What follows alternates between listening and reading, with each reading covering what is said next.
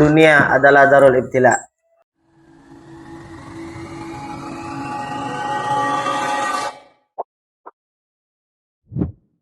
Assalamualaikum warahmatullahi wabarakatuh. Waalaikumsalam warahmatullahi wabarakatuh. Alhamdulillah. Alhamdulillah rabbil alamin. Wassalatu wassalamu ala nabiyina wa habibina Muhammad sallallahu alaihi wasallam wa ala alihi wa ashabihi wa man tabi'ahum bi ihsanin ila yaumiddin. Amma ba'. Alhamdulillah, segala puji bagi Allah yang telah memberikan begitu banyak nikmatnya kepada kita sehingga kita dapat meluangkan waktu kita untuk datang ke acara rutinitas kita setiap hari di bulan Ramadan. Salawat dan salam tetap tercurah limpahkan kepada baginda Nabiullah Nabi Muhammad sallallahu alaihi wasallam. Baik, di sini saya akan menyampaikan sedikit materi yang berjudul Dunia adalah Darul Ibtila, tempatnya ujian. Langsung saja. Pernahkah kita merasa satu masalah selesai, namun masalah lain langsung datang mengantri? Maka kita jangan heran, karena Allah Subhanahu wa taala memang mendesain, membuat dunia ini bukan sebagai tempat tinggal yang tenang, melainkan tempat ujian yang menantang. Allah Subhanahu wa taala memberikan ujian kepada kita, memberikan cobaan kepada kita agar kita mengetahui seberapa mampukah kita dalam menyelesaikan permasalahan yang ditimpa kita. Karena semua kehidupan itu adalah ujian. Dan bahkan setiap sesuatu yang diberikan oleh Allah Subhanahu wa taala itu adalah ujian. Baik itu masalah harta. Contohnya seperti cinta dunia secara berlebihan. Sehingga kita menghalalkan segala cara untuk mendapatkan harta tersebut. Kemudian masalah keluarga. Contohnya seperti kisah Fir'aun dan istrinya, yang dimana Aisyah beriman kepada ajaran Nabi Muhammad, yaitu beriman kepada Allah, sedangkan Fir'aun mengaku Tuhan dan murka kepada Aisyah karena menolak untuk menyembahnya. Ini masalah keluarga yang terbesar. Ataupun masalah-masalah lainnya yang pasti menimpa kita. Sebagaimana Allah Subhanahu wa taala berfirman di Quran surah Al-Baqarah ayat 155 dan 156. A'udzubillahi minasyaitonir rajim. Walanabluwannakum bisyai'im minal khaufi wal ju' wa naqsim minal amwali wal anfusi was samarat wa basyiris sabirin. Kami pasti akan mengujimu dengan sedikit ketakutan dan kelaparan, kekurangan harta, jiwa dan buah-buahan. Sampaikanlah wahai Nabi Muhammad kabar gembira kepada orang-orang yang sabar. Alladzina isa asabathum musibah, yaitu orang-orang yang apabila ditimpa musibah, qalu inna lillahi wa inna ilaihi rajiun.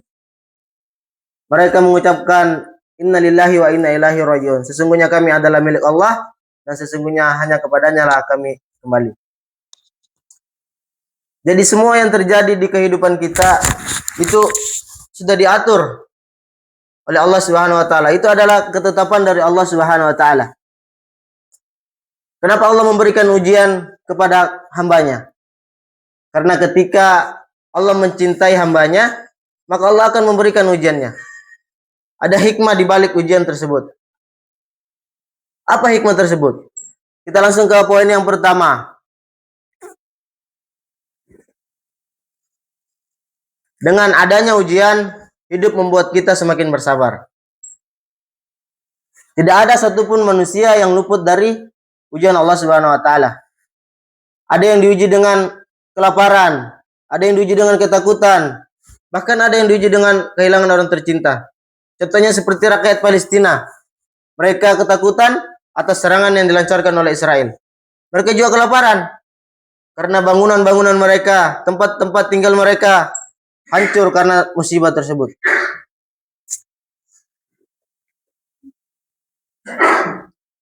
Ada yang diuji dengan sakit yang berkepanjangan, bahkan ada pula yang diuji dengan rezeki yang terasa sempit atau musibah yang datang tiba-tiba. Maka yang harus kita persiapkan, yang harus kita lakukan adalah menjaga iman kita agar semua cobaan yang diberikan kepada Allah Subhanahu wa taala kita ridho, kita bersabar. Kita hanya perlu menghadapi cobaan tersebut dengan hati yang tenang, dengan sabar, dengan tawakal kepada Allah, bahwa Allah adalah satu-satunya tempat kita bergantung untuk keluar dari segala kesulitan yang kita hadapi. Kemudian lanjut, Allah Subhanahu wa taala memberikan ujian adalah untuk menguji kualitas keimanan kita. Dan juga ujian atau cobaan yang diberikan kepada kita tidak lain hanya untuk mendidik kita agar selalu bersabar, menjadikan hati kita lebih dekat kepada Allah Subhanahu wa taala, dan juga merupakan bentuk kasih sayang Allah agar kita menjadi pribadi yang lebih baik serta pribadi yang ikhlas atas cobaan-cobaan yang kita hadapi. Bahkan Allah Subhanahu wa taala menganugerahkan surga bagi orang-orang yang sabar. Sebagaimana di hadis qudsi yang berbunyi, ya yaqulullahu ta'ala ma li 'abdil mu'min indi jazaa'un idza qabattu sufiyahu min ahli dunya summah kasabahu illa al-jannah. Allah berfirman, jika seorang hamba ditinggal mati orang yang paling dicintainya, lalu ia bersabar dan mengharapkan pahala dari Allah, maka tidak ada pahala baginya kecuali surga. Jadi Allah memberikan ujian atau cobaan itu ingin melatih kebiasaan kita agar selalu bersabar. Dengan seringnya datangnya ujian, entah itu ujian ketakutan, ujian kelaparan, ataupun ujian-ujian lainnya, itu agar kita selalu bersabar, selalu mengingat Allah atas cobaan-cobaan tersebut. Meskipun cobaan yang diberikan kepada kita merasa sulit, akan tetapi akan terselesaikan. Bahkan kita pun akan terbiasa menyelesaikan ujian tersebut yang datang kepada kita. Dan juga tentunya Allah Subhanahu wa taala memberikan ujian kepada kita itu hanya untuk semata-mata hanya untuk mengangkat derajat kita di mata Allah Subhanahu wa taala. Kemudian lanjut yang poin kedua. Setiap masalah pasti ada jalan keluarnya. Kita yakin bahwa setiap masalah pasti ada solusinya. Setiap ujian pasti ada jalan keluarnya. Contohnya ketika terjadi kesalahpahaman dengan teman, jalan keluarnya ialah menurunkan ego, meminta maaf terlebih dahulu, dan berkomunikasi dengan jujur untuk memperbaiki hubungan. Karena Allah Subhanahu wa taala menjamin kemudahan di balik kesulitan. Sebagaimana di Quran surah Al-Insyirah ayat 5 dan 6. A'udzubillahi minasyaitonirrajim. Fa inna ma'al usri yusra, inna ma'al usri yusra. Maka sesungguhnya beserta kesulitan ada kemudahan. Sesungguhnya beserta kesulitan ada kemudahan. Quran surah Al-Insyirah ayat 5 dan 6. Jadi ujian atau cobaan yang menimpa kita bukan untuk menghancurkan mental kita, melainkan meningkatkan derajat kita dengan jalan keluar yang mungkin sering kali datang dari arah yang tidak kita duga. Lanjut, tidak ada masalah yang terlalu besar bagi Allah Subhanahu wa taala.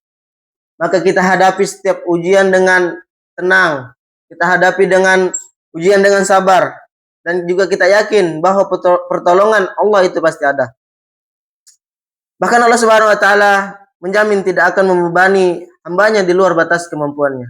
Sebagaimana ditegaskan di Quran surah Al-Baqarah ayat 286. La yukallifullahu nafsan illa wus'aha.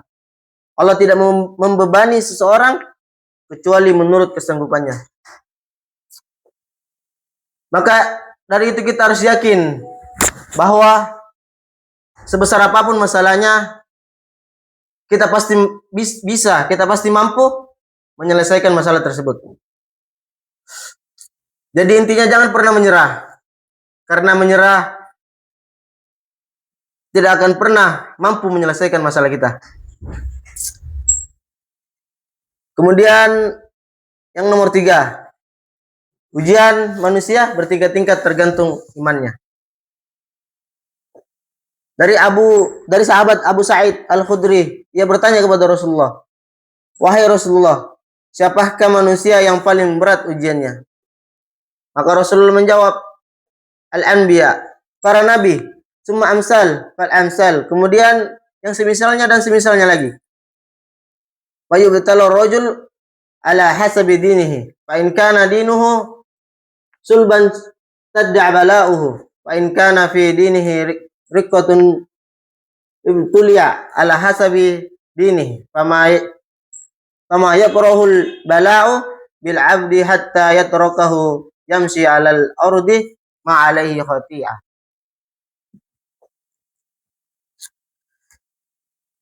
Rasulullah menjelaskan manusia yang paling berat ujiannya ialah para nabi. Kemudian yang semisalnya dan semisalnya lagi.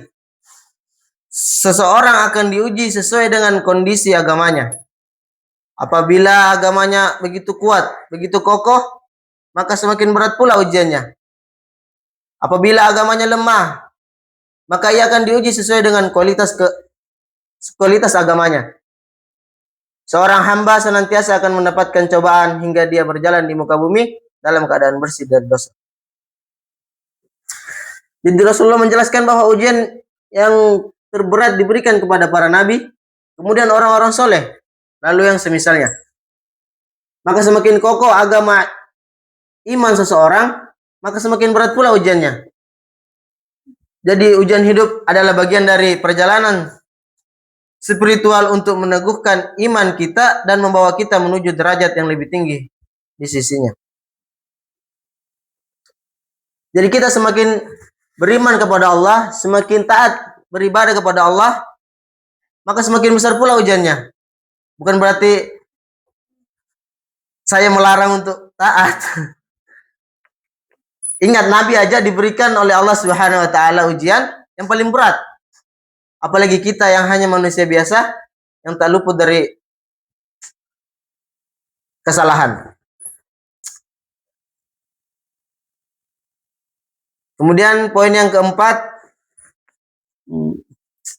cobaan dan ujian merupakan sunatullah dalam kehidupan. Hidup tidak lepas dari cobaan. Hidup tidak lepas dari ujian karena ini merupakan suatu hal yang sudah menjadi sunatullah di dalam kehidupan kita. Contohnya seperti kita mengalami sakit fisik, tertimpa musibah, ataupun kesulitan ekonomi, keuangan. Ini menuntut kita untuk bersabar dan tidak berputus asa karena ini sudah ketetapan dari Allah Subhanahu wa taala. Allah Subhanahu wa taala berfirman, "Laqad khalaqnal insana fi kabad." Artinya, sungguh kami telah menciptakan manusia berada dalam susah payah. Quran surah Al-Balad ayat 4. Oleh karena itu, di kehidupan dunia ini tidak ada yang namanya kebahagiaan yang bertahan lama atau kebahagiaan yang kekal. Hakikatnya hanya bisa didapatkan ketika di surga kelak. Ujian atau cobaan itu dapat menimpa siapapun, entah dia baik atau jahat, yang mukmin maupun yang kafir, semuanya pasti dapat bagian masing-masing. Semuanya pasti akan dikenakan musibah oleh Allah Subhanahu wa taala. Adapun bagi seorang mukmin akan mendapatkan kabar gembira yang mana tidak didapatkan oleh orang-orang kafir. Allah Subhanahu wa taala berfirman, "Wala tahinu fi ibtigha'il qaum in takunu ta'lamun fa innahum ya'lamun kama ta'lamun wa tarjuna minallahi ma la yarjun wa kana Allahu 'aliman hakimah." Janganlah kamu berhati lemah dalam mengejar mereka. Jika kamu menderita kesakitan, maka sesungguhnya mereka pun menderita kesakitan. Sebagaimana kamu menderitanya. Sedangkan kamu mengharap dari Allah Subhanahu wa taala apa yang tidak mereka harapkan. Dan Allah Maha mengetahui lagi Maha bijaksana. Jadi ayat ini menjelaskan antara orang mukmin dan dengan orang kafir. Yang mana pasti akan sama-sama mendapatkan ujian, pasti sama-sama merasakan cobaan dari Allah Subhanahu wa taala. Lanjut, letak perbedaan ujian antara mukmin dengan kafir, yakni mukmin tidak perlu merasa lemah dengan adanya ujian yang diberikan oleh Allah, karena seorang mukmin akan teristimewakan dengan diberikan ganjaran yang ada di sisi Allah Subhanahu wa taala. Sedangkan orang kafir, mereka tidak mendapatkan ganjaran sama sekali. Disebutkan dalam riwayat Abu Hurairah, Nabi sallallahu alaihi wasallam bersabda, "Ma yusibul muslim min nasabin wala wasabin wala hammin wala husnin wala azan wala khammin hatta syaukatis yushakuha illa al-kaffarullahu biha min qataya." Tidaklah seorang muslim itu ditimpa musibah, baik berupa rasa lelah, rasa sakit, khawatir, rasa sedih, gangguan dan rasa gelisah, sampai pun duri yang melukainya, melainkan dengannya Allah akan mengampuni dosanya. Kemudian lanjut ke poin yang terakhir. Poin yang sangat penting, yaitu senantiasa terus-menerus berzikir kepada Allah Subhanahu wa taala ketika ditimpa musibah. Ingat selalu berzikir kepada Allah dalam semua keadaan. Contohnya seperti banjir di awal tahun. Awal banjir di Kalimantan di awal tahun di bulan Januari 2026 kemarin. Musibah tersebut menyadari kita bahwa musibah itu diberikan oleh Allah. Dengan musibah tersebut kita semakin mengingat Allah, meminta pertolongan, dan juga senantiasa berzikir. Karena dengan berzikir akan membuat hati kita tenang dan membuat hati kita tentram. Allah Subhanahu wa taala berfirman di Quran surah Ar-Ra'd ayat 28. Alladzina amanu wa tatma'inna qulubuhum bizikrillah. Ala bizikrillah tatma'innal qulub. Yaitu orang-orang yang beriman dan hati mereka menjadi tenteram dengan mengingat Allah. Ingatlah, hanya dengan mengingat Allah hati menjadi tenteram. Jadi dimanapun kita berada, dalam keadaan apapun, susah, bahagia, maka ingatlah selalu kepada Allah Subhanahu wa taala. Bahkan Rasulullah juga pernah bersabda, dua kalimat yang ringan diucapkan di lidah, tetapi berat di timbangannya. Dan disukai oleh Allah Subhanahu wa taala, yaitu kalimat subhanallah, subhanallahi wa bihamdi, subhanallahil azim. Maka jangan sampai kita bosan untuk selalu berzikir kepada Allah Subhanahu wa taala. Amalan ini bisa kita lakukan kapan saja, memperbanyak zikir, bisa membuat kita lebih mendekatkan diri kita kepada Allah Subhanahu wa taala. Membantu mengendalikan hati kita dan juga membantu pikiran kita, menjauhkan diri kita dari perbuatan maksiat, menambah berat timbangan kebaikan kita dan juga mendapatkan pahala yang besar dari Allah Subhanahu wa taala.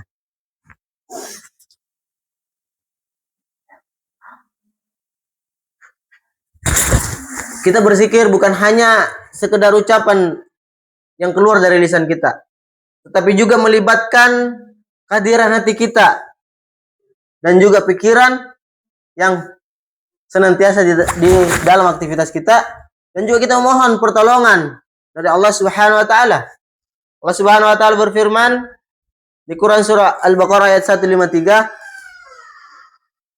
"Ya ayyuhalladzina amanu ista'inu bis-sabri was-salah." Wahai orang-orang yang beriman, mohonlah pertolongan kepada Allah dengan sabar dan salat. Innallaha ma'as sabirin. Sesungguhnya Allah beserta orang-orang yang sabar. Jadi kita meminta pertolongan kepada Allah dengan sabar dan sholat. Jadi mungkin jangan sampai kita meninggalkan kewajiban kita sebagai umat Islam, yaitu sholat. Kemudian terakhir kesimpulan,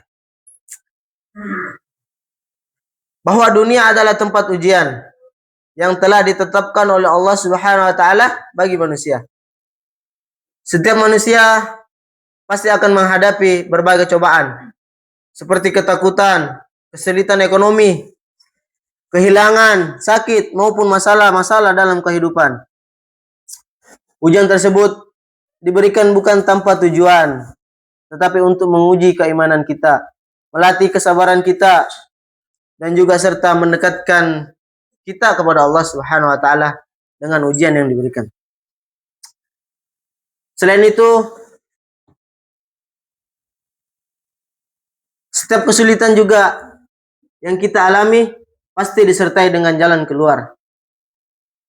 Bahkan tidak akan melebihi kemampuan kita. Bahkan para nabi mereka merupakan mereka yang orang yang paling berat ujiannya.